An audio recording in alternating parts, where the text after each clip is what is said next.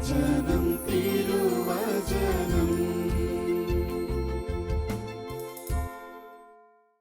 പിതാവിൻ്റെയും പുത്രൻ്റെയും പരിശുദ്ധാത്മാവിൻ്റെയും നാമത്തിൽ ആമേൻ. സ്നേഹമുള്ളവരെ, നല്ലൊരു ദിവസം കർത്താവ് നമുക്ക് നൽകിയതിന് കർത്താവിന് നന്ദി പറയാം. ഇന്നത്തെ ദിവസത്തിൻ്റെ അനുഗ്രഹങ്ങളൊക്കെ കർത്താവ് നമ്മുടെ മേൽ ചൊരിയട്ടെ. വേദപുസ്തകത്തിൽ ഉറവ ദൈവത്തെ സൂചിപ്പിക്കാൻ ഉപയോഗിക്കുന്ന പദമാണ് ഉറവ. അല്ലെങ്കിൽ പരിശുദ്ധാത്മാവിനെ സൂചിപ്പിക്കാൻ വെള്ളം എന്ന പ്രതീകം, നദി, ഉറവ, ജീവജലം, ഇങ്ങനെയൊക്കെ വിവിധ വാക്കുകൾ ഉപയോഗിക്കുന്ന നമുക്ക് കാണാം. ദൈവത്തെ ഉറവയായിട്ട് പറയുന്ന ചില വേദഭാഗങ്ങളാണ് നമ്മളുടെ ധ്യാന വിചിന്തനത്തിന് വേണ്ടി നമ്മൾ എടുക്കുന്നത്. നിങ്ങളുടെ കയ്യിൽ വേദപുസ്തകമുണ്ടെങ്കിൽ നിങ്ങൾ ആ ബൈബിൾ എടുക്കണം. അല്പസമയമുള്ളെങ്കിൽ കൂടെയും നിങ്ങളുടെ ബൈബിളിൽ നിന്ന് ഈ കാര്യങ്ങൾ നിങ്ങൾ ശ്രദ്ധിക്കാൻ തുടങ്ങുമ്പോൾ ആഴത്തിൽ നമ്മളത് കാണുകയും കേൾക്കുകയും ചെയ്യുമ്പോൾ നമ്മുടെ മനസ്സിലത് ആഴത്തിൽ പതിയാനിടവരും. പഴയ നിയമത്തിലൊരു പ്രവാചകനാണ് ജെറമിയ പ്രവാചകൻ. ബാബേൽ പ്രവാസത്തെക്കുറിച്ച് വ്യക്തമായി പ്രവചിച്ച ഒരു പ്രവാചകനാണ് ജെറമിയ. അദ്ദേഹം പ്രവചിച്ചതുപോലെ തന്നെ ഇസ്രായേൽ ജനം ബാബേൽ പ്രവാസത്തിലേക്ക് പോകുന്നതായും നമ്മൾ ദൈവവചനത്തിൽ കാണുന്നു. ഈ പ്രവാചകൻ ജെറമിയ എന്ന് പറയുന്ന പ്രവാചകൻ, അദ്ദേഹത്തിൻ്റെ പുസ്തകത്തിൽ 2-ാമത്തെ അധ്യായത്തിൻ്റെ 13-ാമത്തെ വാക്യം മുതൽ നമ്മൾ വായിക്കുമ്പോൾ കാണാം, കർത്താവ് അരുളി ചെയ്യുന്നു, ഈ ജനം 2 തിന്മകൾ പ്രവർത്തിച്ചു. 1, ജീവജലത്തിൻ്റെ ഉറവയായ എന്നെ അവർ ഉപേക്ഷിച്ചു, പകരം ജലം സൂക്ഷിക്കാൻ കഴിവില്ലാത്ത പൊട്ടക്കിണറുകൾ കുഴിക്കുകയും ചെയ്തു. അപ്പോൾ ജെറമിയ പ്രവചനത്തിൽ നാം വായിക്കുന്നു 2 തെറ്റുകളെക്കുറിച്ച് പറയുന്നു. 1, ജീവജലത്തിൻ്റെ ഉറവയായ എന്നെ അവർ ഉപേക്ഷിച്ചു. ഇപ്പോൾ ദൈവമായ കർത്താവിനെ വേദപുസ്തകം പറയുന്നത് ഉറവയായിട്ടാണ്. ശുദ്ധജലം, ജീവനുള്ള ജലത്തിൻ്റെ ഉറവയായിട്ടാണ് വേദപുസ്തകം ദൈവത്തെ പറയുന്നത്. ദൈവത്തെ തന്നെ സൂചിപ്പിക്കാൻ ഉറവ എന്ന സങ്കല്പമാണ്. ഇപ്പോൾ നോക്കൂ, നമ്മുടെ വീടിൻ്റെ മുകളിൽ വെച്ചിരിക്കുന്ന ടാങ്ക്, ആ വാട്ടർ ടാങ്കിലെ വെള്ളം എടുക്കുന്തോറും തീർന്നു പോകും. എന്നാൽ ഉറവയിലെ വെള്ളം തീരാറില്ല. ഉറവയിൽ നിന്ന് അല്പം മാത്രമാണ് വരുന്നെങ്കിലും ആ ഉറവയിൽ നിന്ന് ഇങ്ങനെ അനിസ്യൂതമായിട്ട് വന്നുകൊണ്ടിരിക്കും. അപ്പോൾ ദൈവം ഒരു ഉറവയാണ്. എന്തിൻ്റെ? എല്ലാറ്റിൻ്റെയും ഉറവ, നന്മയായതും സത്യമായതും അനുഗ്രഹത്തിൻ്റെയൊക്കെ ഉറവയാണ് ദൈവം. അപ്പോൾ ഇസ്രായേൽ ജനം ചെയ്ത പാപം എന്താണ്? ജീവജലത്തിൻ്റെ ഉറവയെ ഉപേക്ഷിച്ചു. ഏറ്റവും വലിയ ബുദ്ധിശൂന്യതയാണത്, ഉറവയെ ഉപേക്ഷിക്കുക. ഇന്ന് അനേകം പേർക്കും സംഭവിക്കുന്നതാണ്. ഉറവയായ ദൈവത്തെ ഉപേക്ഷിച്ച് പൊട്ടക്കിണറുകൾ തേടാണ്. വെള്ളമില്ലാത്ത കിണർ, ശുദ്ധജലമില്ല, വെള്ളമേ ഇല്ല, പിന്നെ എങ്ങനെ ദാഹം മാറും? എങ്ങനെ സംതൃപ്തി കിട്ടും? അപ്പോൾ സൃഷ്ടാവിനേക്കാൾ അധികമായി സൃഷ്ടിയെ പിന്തുടരുന്നു എന്നൊരർത്ഥത്തിൽ പറയാം. അല്ലെങ്കിൽ സത്യദൈവത്തെ ഉപേക്ഷിച്ച് അന്യ ആരാധനയ്ക്ക് പോകുന്നു. ഇതൊക്കെ ഉറവയെ ഉപേക്ഷിക്കുന്നതിൻ്റെ വിവിധ ചിത്രങ്ങളാണ്. അപ്പോൾ വേദപുസ്തകം ഉറവിടത്തിലേക്ക് അല്ലെങ്കിൽ ഉറവയായ ദൈവത്തിലേക്ക് നമ്മളെ വിളിക്കുകയാണ്. യെശയ്യാ പ്രവചനം 55:1 നമ്മൾ വായിക്കും, ദാഹാർത്തരെ ജലാശയത്തിങ്കിലേക്ക് വരുവിൻ. കേട്ടോ, ജലാശയമായിട്ട് പറയുന്നു. ദൈവത്തെ തന്നെ ഒരു ജലാശയമായിട്ട്, ആ ജലാശയത്തിലേക്ക് വരൂ എന്ന് പറയുന്നു. അപ്പോൾ ഇവിടെ ഉറവയിലേക്ക് ക്ഷണിക്കുന്നു. വിശുദ്ധ കുർബാനയിൽ നമുക്കറിയാം ഒരു പ്രാർത്ഥന, സകല നന്മകളുടെയും സകല സൗഭാഗ്യങ്ങളുടെയും ഉറവിടമായ ദൈവമേ. കണ്ടോ, സകല നന്മകളും സകല സൗഭാഗ്യങ്ങളും. മനുഷ്യന് ഏതൊക്കെ നന്മ വേണം, ഏതൊക്കെ അനുഗ്രഹങ്ങൾ വേണം, അതിൻ്റെ എല്ലാം ഉറവ താനാണെന്ന് വിശുദ്ധ കുർബാനയിൽ. എല്ലാ ദിവസവും വിശുദ്ധ കുർബാനയിൽ പങ്കെടുക്കുന്നവരല്ലേ സുറിയാനി കുർബാനയിൽ പങ്കെടുക്കുമ്പോൾ ഈ വാക്ക് നമുക്ക് കേൾക്കാൻ പറ്റും. എന്ത്? സകല നന്മകളുടെയും സകല സൗഭാഗ്യങ്ങളുടെയും ഉറവിടമായ ദൈവം. എത്ര നമുക്കൊരു പ്രത്യാശ പകരുന്ന വാക്കാണ്. എല്ലാറ്റിൻ്റെയും ഉറവയിലേക്കാണ് പോകുന്നത്. പക്ഷേ ഉറവയിൽ നിന്ന് പാനം ചെയ്തോ? ഉറവയിൽ നിന്ന് അത് നമുക്ക് കിട്ടുന്നുണ്ടോ? ആ സന്തോഷവും സമാധാനവും അനുഗ്രഹങ്ങളും ഉണ്ടെങ്കിൽ ഉറവയായിട്ട് നിനക്ക് ബന്ധമുണ്ടെന്നാണ് അർത്ഥം. അപ്പോൾ അതുകൊണ്ട് വേദം നമ്മെ പഠിപ്പിക്കുന്നു ഉറവയിലേക്ക് മടങ്ങുക എന്നുള്ളതാണ്. അല്ലാതെ ഏതെങ്കിലും വ്യക്തികളിലേക്കോ അല്ലെങ്കിൽ നമ്മൾ ആശ്രയം വെച്ചിരിക്കുന്ന പണമായിരിക്കാം, അല്ലെങ്കിൽ ഒരു പുതിയ ജോലിയായിരിക്കാം, ഒരു പക്ഷേ വിദേശത്തേക്ക് പോകുന്ന കാര്യമായിരിക്കാം, ആയിക്കോളൂ. പക്ഷേ അവിടെയൊന്നുമല്ല സത്യത്തിൽ ഉറവ ദൈവമാണ് എന്നുള്ളത് എപ്പോഴും തിരിച്ചറിയേണ്ട കാര്യമാണ്. നമുക്കറിയാം ഈ ഉറവയെക്കുറിച്ച് വേദപുസ്തകം വീണ്ടും പറയുന്നത്, പഴയ നിയമത്തിൽ ഹാഗാർ എന്ന് പറയുന്ന സ്ത്രീക്ക് വേണ്ടി ദൈവം ഒരു ഉറവ തുറന്നതായിട്ട് നമ്മൾ കാണുന്നു. അത് ഉൽപ്പത്തിയുടെ പുസ്തകം 16-21 ഈ 2 ഭാഗങ്ങൾ നമ്മൾ ചേർത്ത് പഠിക്കുമ്പോഴേ മനസ്സിലാവുള്ളൂ. ഈ ഉൽപ്പത്തിയുടെ പുസ്തകം 16-ാമത്തെ അധ്യായത്തിൽ പിന്നെ ഹാഗാർ വഴക്കുണ്ടാക്കി അബ്രഹാമിൻ്റെ വീട്ടിൽ നിന്ന് ഇറങ്ങിപ്പോകും നമുക്ക് കാണാം. വഴക്ക് കൂടി ഇറങ്ങിപ്പോവാണ് അവൾ. പക്ഷേ ദൈവത്തിൻ്റെ ദൂതൻ പ്രത്യക്ഷപ്പെട്ടിട്ട് പറഞ്ഞു, ഹാഗാർ നീ എവിടെ പോകുന്നു? നീ തിരിച്ചു പോ, നിൻ്റെ യജമാനത്തിക്ക് കീഴ്പ്പെട്ടിരിക്കാൻ പറയുന്നുണ്ട്. അങ്ങനെ ദൈവദൂതൻ തടഞ്ഞു, അവളെ തിരിച്ചുവിടാണ്. യജമാനത്തിക്ക് കീഴ്പ്പെട്ടിരിക്കാൻ പറഞ്ഞ് ഹാഗാറിനെ വിടുന്നുണ്ട്. എന്നാൽ 21-ാമത്തെ അധ്യായത്തിലേക്ക് വരുമ്പോൾ, ഉൽപ്പത്തിയുടെ പുസ്തകം 21 വരുമ്പോൾ ചിത്രം മാറാണ്. ഉൽപ്പത്തിയുടെ പുസ്തകത്തിൽ 21 വരുമ്പോൾ ഹാഗാറിനെ അബ്രഹാം തന്നെ പറയാണ്, അവൾ അനുവദിച്ചു, പോകാൻ അനുവദിച്ചു. ഈ വീട്ടിലെ കലഹാന്തരീക്ഷത്തിൽ നിന്ന് പോയിക്കോളൂ. അവളുടെ മകനായ ഇസ്മായിലിനെയും കൊണ്ട് പോവാണ്. അബ്രഹാം കുറച്ച് അപ്പവും ഒരു തുരുത്തിൽ കുറച്ച് വെള്ളം കൊടുത്ത് അവൾക്ക് വിടുന്നു. ഒരു നേരത്തെ അപ്പവും വെള്ളം കൊടുത്ത് ഒരു സ്ത്രീയെ വീട്ടിൽ നിന്ന് ഇറക്കി വിടുക സങ്കടകരമായൊരു കാഴ്ചയാണ്. അവളങ്ങനെ പോകുന്നു. ബെർഷബ എന്ന് പറയുന്ന മരുപ്രദേശത്ത് അവൾ അലഞ്ഞു നടക്കുകയാണ്. കുഞ്ഞു മരിക്കും, ഈ ചൂടേറ്റ് കുഞ്ഞു മരിക്കും. അവൾ പിന്നെ ഈജിപ്തിലെ അടിമപ്പെണ്ണാണ്, നല്ല ആരോഗ്യമുള്ള സ്ത്രീയാണ്. അങ്ങനെ എളുപ്പം ചാകാൻ വഴിയില്ല, കാരണം പ്രതികൂലങ്ങളിലൂടെ കടന്നുപോയതാണ്. പക്ഷെ അവൾ കരഞ്ഞു, കുഞ്ഞും കരഞ്ഞു. കുഞ്ഞിൻ്റെ കരച്ചിൽ ദൈവം കേട്ടു. എങ്ങനെയാണ് ബൈബിളിൽ പറയുന്നത്? കുഞ്ഞിൻ്റെ കരച്ചിൽ കേട്ടു. അവിടെ ദൈവം അവൾക്ക് വേണ്ടി ഒരു ഉറവ തുറന്നു. സത്യവേദ പുസ്തകത്തിൽ ഉറവ തുറന്നുവെന്നും POC ബൈബിളിൽ ഒരു കിണർ അവൾ കണ്ടു എന്നാണ് പറയുന്നത്. ഒരു കിണർ അവൾ കണ്ടു. എന്നാൽ കിണർ കണ്ടു എന്നാണ് POC ബൈബിളിൽ. ദൈവം അവളുടെ കണ്ണ് തുറന്നു, അവൾ ഒരു കിണർ കണ്ടു. എന്നാൽ സത്യവേദ പുസ്തകത്തിൽ പറയുന്നത് ഒരു ഉറവ അവൾക്ക് തുറന്നു കിട്ടി. ഒരു ഉറവയാണ് അവൾ കാണുന്നത്. ഉറവ, അതെ, ദൈവത്തെയാണ് ഉറവ എന്ന അർത്ഥത്തിൽ കാണിക്കുന്നത്. അപ്പോൾ അവൾ അടിമപ്പെണ്ണാണ്. അവളെ വീട്ടിൽ നിന്ന് ഇറങ്ങിപ്പോവാൻ അല്ലെങ്കിൽ അബ്രഹാം അനുവദിച്ചു. പക്ഷേ ദൈവം അവളെ കൈവിട്ടിട്ടില്ല കേട്ടോ. അവൾക്ക് വേണ്ടി ഒരു ഉറവ തുറന്നു. നമ്മളെ ആര് കൈവിട്ടാലും നീ ദൈവത്തിൻ്റെ വഴിയിൽ നിന്ന് പിന്മാറാതിരുന്നാൽ ആ ഉറവ നിനക്ക് വേണ്ടിയും തുറക്കും. ആര് കൈവിട്ടാലും. പലപ്പോഴും അമ്മമാർ പറയാറുണ്ട്, മക്കൾ ഉപേക്ഷിച്ചു, മരുമക്കൾ ഉപദ്രവിക്കുന്നു എന്നൊക്കെ പറയാറുണ്ട്. എല്ലാവരും കൈവിട്ടു. പക്ഷേ ദൈവത്തിൻ്റെ പാതയിൽ തന്നെ നീ ജീവിച്ചാൽ നിനക്ക് വേണ്ടിയും ഒരു ഉറവ ദൈവം തുറക്കും. നമുക്കറിയാം, ഈ ഹഗാറിനെ സംബന്ധിച്ച് മാത്രമല്ല, പഴയ നിയമത്തിലേക്ക് നോക്കുമ്പോൾ ഇസ്രായേൽ ജനം ഇങ്ങനെ യാത്ര ചെയ്യുകയാണ്. ഈജിപ്തിൻ്റെ അടിമത്തിൽ നിന്ന് കനാനിലേക്കുള്ള യാത്ര. ആ യാത്രയിൽ നമുക്കറിയാമല്ലോ, പിന്നെ പുറപ്പാടിൻ്റെ പുസ്തകം 17-ാമത്തെ അധ്യായം എത്തിയപ്പോൾ പുറപ്പാടിൻ്റെ പുസ്തകം 14 ചെങ്കടൽ കടക്കുന്നതാണ്. 15 പിന്നെ മിരിയാമൊക്കെ പാട്ട് പാടുന്നത് നമ്മൾ കാണാം. പക്ഷേ 17-ാമത്തെ അധ്യായം എത്തിയപ്പോഴേക്കും കാര്യങ്ങളാകെ തകിടം മറിഞ്ഞു. കാരണം എന്താ? വെള്ളം കിട്ടാത്ത അവസ്ഥയായി. ഹോറേബ് എന്ന് പറഞ്ഞ സ്ഥലത്ത് അവർക്ക് വെള്ളം കിട്ടാതെയായി. ആളുകളൊക്കെ പിറുപിറുത്തു, പരാതി പറഞ്ഞു. പരാതി പറഞ്ഞപ്പോൾ ദൈവം മോശയോട് എന്താ പറഞ്ഞേ? ആ ഹോറബിലെ പാറയില്ലേ, ധാരാളം പാറ അവിടെ ഉണ്ടാവും, പക്ഷെ ഒരു പാറ ചൂണ്ടിക്കാണിച്ച് ദൈവം പറഞ്ഞു, ഞാൻ ആ പാറപ്പുറത്ത് നിൽക്കാം, നീ വടിയെടുത്ത് അടിക്കുക എന്ന് പറഞ്ഞു. ആരെ അടിക്കുന്നേ? പാറമേലടിക്കുന്നേ. സത്യത്തിൽ അടി ആർക്കാ കൊള്ളുന്നേ? പാറയിൽ നിൽക്കുന്ന ദൈവത്തിനെ കൊള്ളുന്നേ. അടിച്ചു. ആ കരിമ്പാറയിൽ അടിച്ചപ്പോൾ ആ കരിമ്പാറയിൽ നിന്ന് വെള്ളം ഒഴുകുകയാണ്. പ്രിയപ്പെട്ടവരെ, കണ്ടോ? ഉറവ തുറക്കുന്നു. ആർക്ക് വേണ്ടി? മരുഭൂമിയിൽ ജലം കിട്ടാതെ ദാഹിച്ചു വരേണ്ട തൻ്റെ ജനങ്ങൾക്ക് വേണ്ടി കർത്താവ് ഉറവ തുറക്കുന്നതായിട്ട് വേദപുസ്തകത്തിൽ കാണുന്നു. ആ ഉറവ തുറന്ന് കിട്ടുകയാണ്. അപ്പോൾ ഹാഗാറിന് വേണ്ടി ഉറവ തുറക്കുന്നു. ഞാൻ സൂചിപ്പിച്ചു വേദപുസ്തകത്തിൽ. ഇതാ ഇസ്രായേൽ ജനത്തിന് വേണ്ടി ഉറവ തുറക്കുന്നു. സാംസൻ്റെ ജീവിതം നോക്കിയാൽ നമുക്കറിയാം, ന്യായാധിപന്മാരുടെ പുസ്തകത്തിൽ സാംസൺ ദാഹിച്ചു വലഞ്ഞപ്പോൾ അവന് വേണ്ടിയും ദൈവം ഇങ്ങനെ അനുഗ്രഹത്തിൻ്റെ ഉറവ തുറക്കുന്നുണ്ട് കേട്ടോ. അപ്പോൾ ദൈവം ഇങ്ങനെ എപ്പോഴും ഉറവ തുറക്കുന്നവനാണ്. നമ്മുടെ ജീവിതത്തിലും കഷ്ടതയിലൂടെ കടന്നു പോകുമ്പോഴൊക്കെ കർത്താവിൻ്റെ വഴികളിലൂടെ നടക്കണം. ദൈവത്തെ അനുസരിക്കുന്നവരായി തീരണം. അല്ലാതെ ഉറവ തുറക്കാൻ പറഞ്ഞിട്ട് കാര്യമില്ല കേട്ടോ. നമ്മൾ ദൈവത്തിന് ഇഷ്ടമില്ലാത്ത വഴികളിലൂടെ നടക്കും, ദൈവത്തിന് ഇഷ്ടമില്ലാത്ത എല്ലാ പാപങ്ങളും ചെയ്യും. എന്നിട്ട് എവിടെയെങ്കിലും പോയി നമ്മൾ പ്രാർത്ഥിക്കുക, ഉറവ തുറക്കണമേ, ഉറവ തുറക്കണമേ. അതെങ്ങനെയാണ് ഉറവ തുറക്കുക? നീ ദൈവത്തിന് പ്രിയമായി ജീവിക്കണം. അപ്പോഴല്ലേ ദൈവം ഉറവ തുറക്കുള്ളൂ. കർത്താവ് തൻ്റെ പ്രിയപ്പെട്ടവർ ഉറങ്ങുമ്പോൾ അവൻ വേണ്ടി നൽകുന്നു. പ്രിയപ്പെട്ടവനായിരുന്നാൽ മതി. തൻ്റെ പ്രിയപ്പെട്ടവർക്ക് വേണ്ടിയിട്ടാണ് ദൈവം എല്ലാം ചെയ്യുന്നത്. ദൈവത്തിന് അപ്രിയമായ കാര്യങ്ങൾ പറയുകയും കാണുകയും പ്രവർത്തിക്കുകയും ചെയ്യുമ്പോൾ എങ്ങനെയാണ് ദൈവം അനുഗ്രഹിക്കുക? ഒരിക്കലും അനുഗ്രഹിക്കില്ല കേട്ടോ. അപ്പോൾ ഉറവ തുറന്ന് കിട്ടിയ ആളുകൾ വേദപുസ്തകത്തിൽ ധാരാളമുണ്ട്. ദൈവത്തെ തന്നെയാണ് ഈ ഉറവയായിട്ട് പറയുന്നത്. ഇനി ശ്രദ്ധിക്കൂ, പിശാച് എപ്പോഴും എന്താണ് ചെയ്യുക എന്നറിയാമോ? പിശാച് ചെയ്യുന്നത് ഈ ഉറവ അടയ്ക്കാനാണ് ശ്രമിക്കുക. നമുക്ക് ആ ചിത്രം ഒന്ന് കാണാം.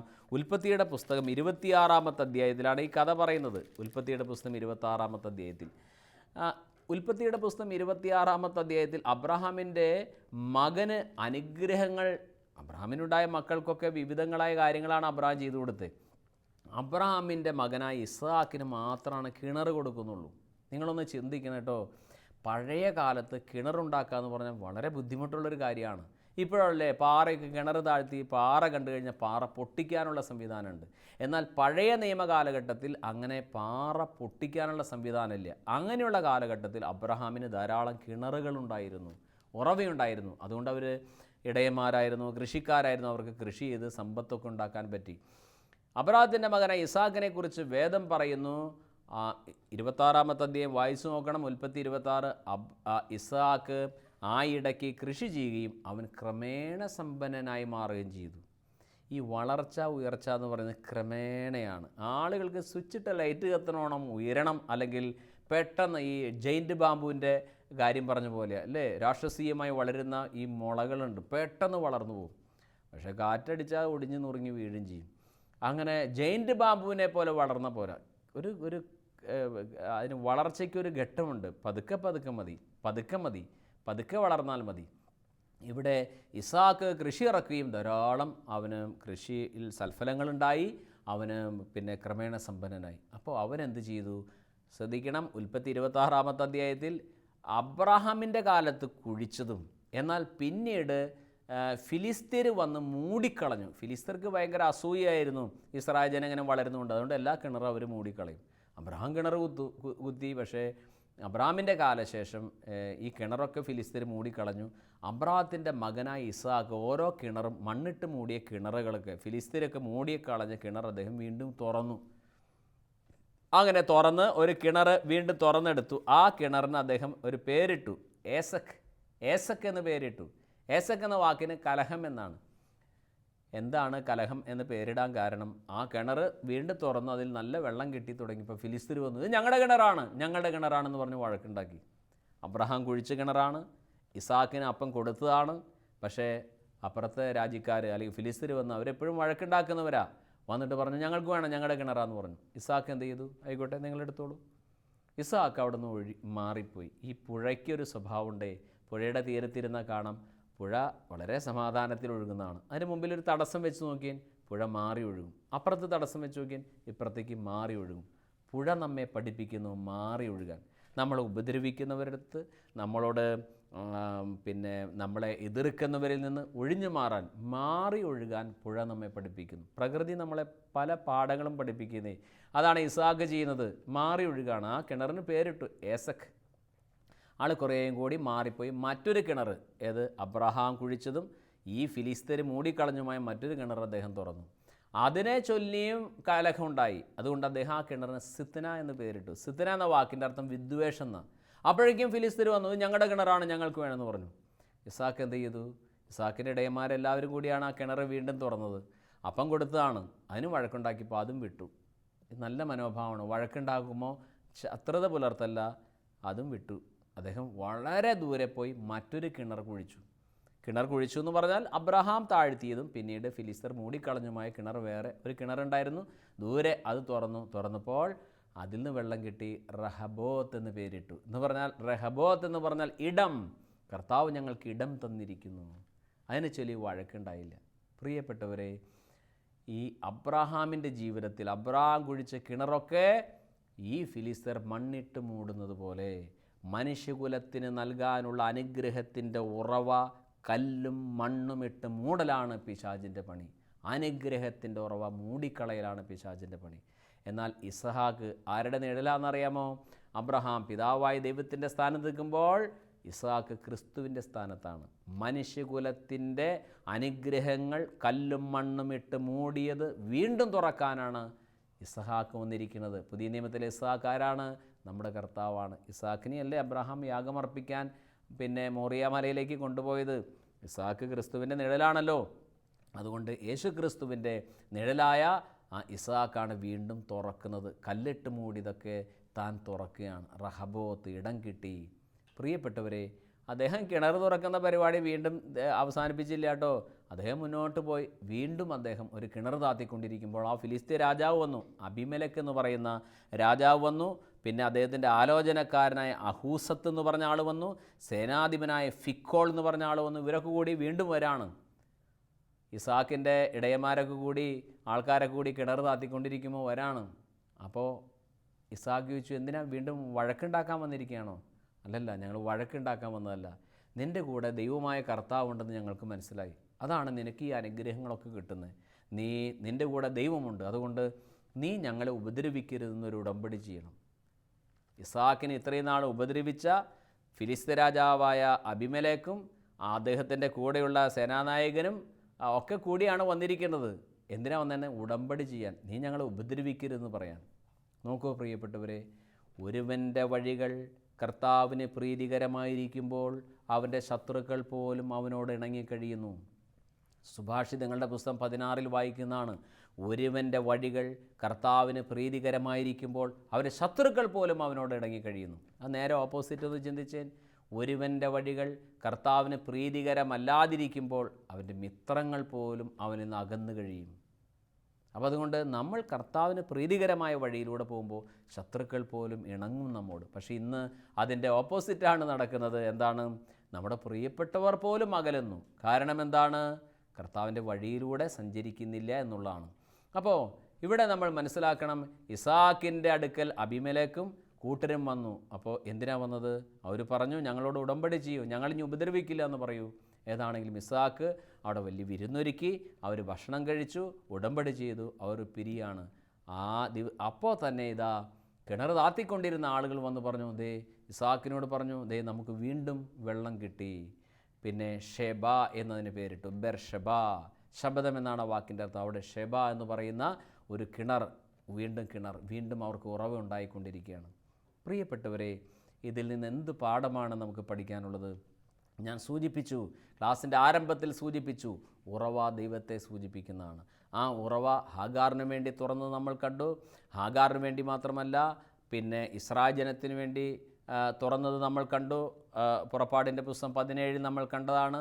അതോടൊപ്പം സാംസന് വേണ്ടി തുറന്നു. കാലാകാലങ്ങളിൽ ഓരോ മനുഷ്യർക്കും വേണ്ടി, ദൈവോന്മുഖമായി ജീവിക്കുന്നവർക്ക് വേണ്ടി അവൻ ഉറവ തുറന്നതാണ്. എന്നാൽ പിശാചിൻ്റെ പരിപാടി എന്താണ്? നമ്മുടെ ഉറവ അടച്ചു കളയുക, കല്ലും മണ്ണിട്ട് അടയ്ക്കുക. 10-13 കല്ലുകളുണ്ട് അവൻ്റെ കയ്യിലേ. ആരുടെ? പിശാചിൻ്റെ കയ്യിൽ. മർക്കോസ് 7:20 വായിക്കുമ്പോൾ അറിയാം, ഒരുവൻ്റെ ഉള്ളിൽ നിന്ന് പുറപ്പെടുന്ന കാര്യങ്ങളാണ് അവൻ അശുദ്ധനാക്കുന്നത്. ദുശ്ചിന്ത, പരസംഗം, മോഷണം, കൊലപാതകം, വ്യഭിചാരം, ദുഷ്ടത, വഞ്ചന എന്ന് തുടങ്ങി 13 കല്ലുകളെക്കുറിച്ച് പറയുന്നുണ്ട്. ഇതൊക്കെ നമ്മുടെ ഉള്ളിലുണ്ടെങ്കിൽ ഒരു തുള്ളി വെള്ളം കിട്ടത്തില്ല, അനുഗ്രഹത്തിൻ്റെ ഒരു തുള്ളി കിട്ടത്തില്ല. അപ്പോൾ അതുകൊണ്ട് അനുഗ്രഹത്തിൻ്റെ ഉറവ നമ്മളിൽ തുറക്കണമെങ്കിലോ വേദം എന്ത് പഠിപ്പിക്കുന്നു?